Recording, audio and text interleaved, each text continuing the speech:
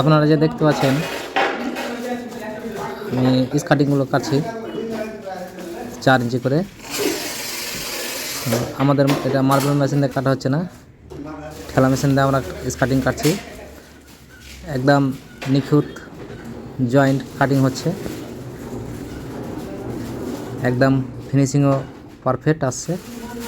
Machine দিয়ে জয়েন্টগুলো স্কার্টিংগুলো যদি কাটি মেশিন দিয়ে, তাহলে কিন্তু মানে ওপর ধারটা যে হয়, ধারটা কিন্তু চিকচিকা দেখা যায়।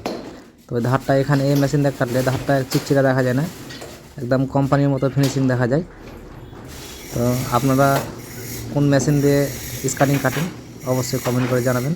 আমি তো এই ঠেলা মেশিন দিয়ে স্কার্টিং কাটি, তো কমেন্ট করে অবশ্যই জানাবেন কোন মেশিনে স্কার্টিং কাটলে বেশি ভালো হয় এবং বেশি মানে দেখতে ভালো লাগে।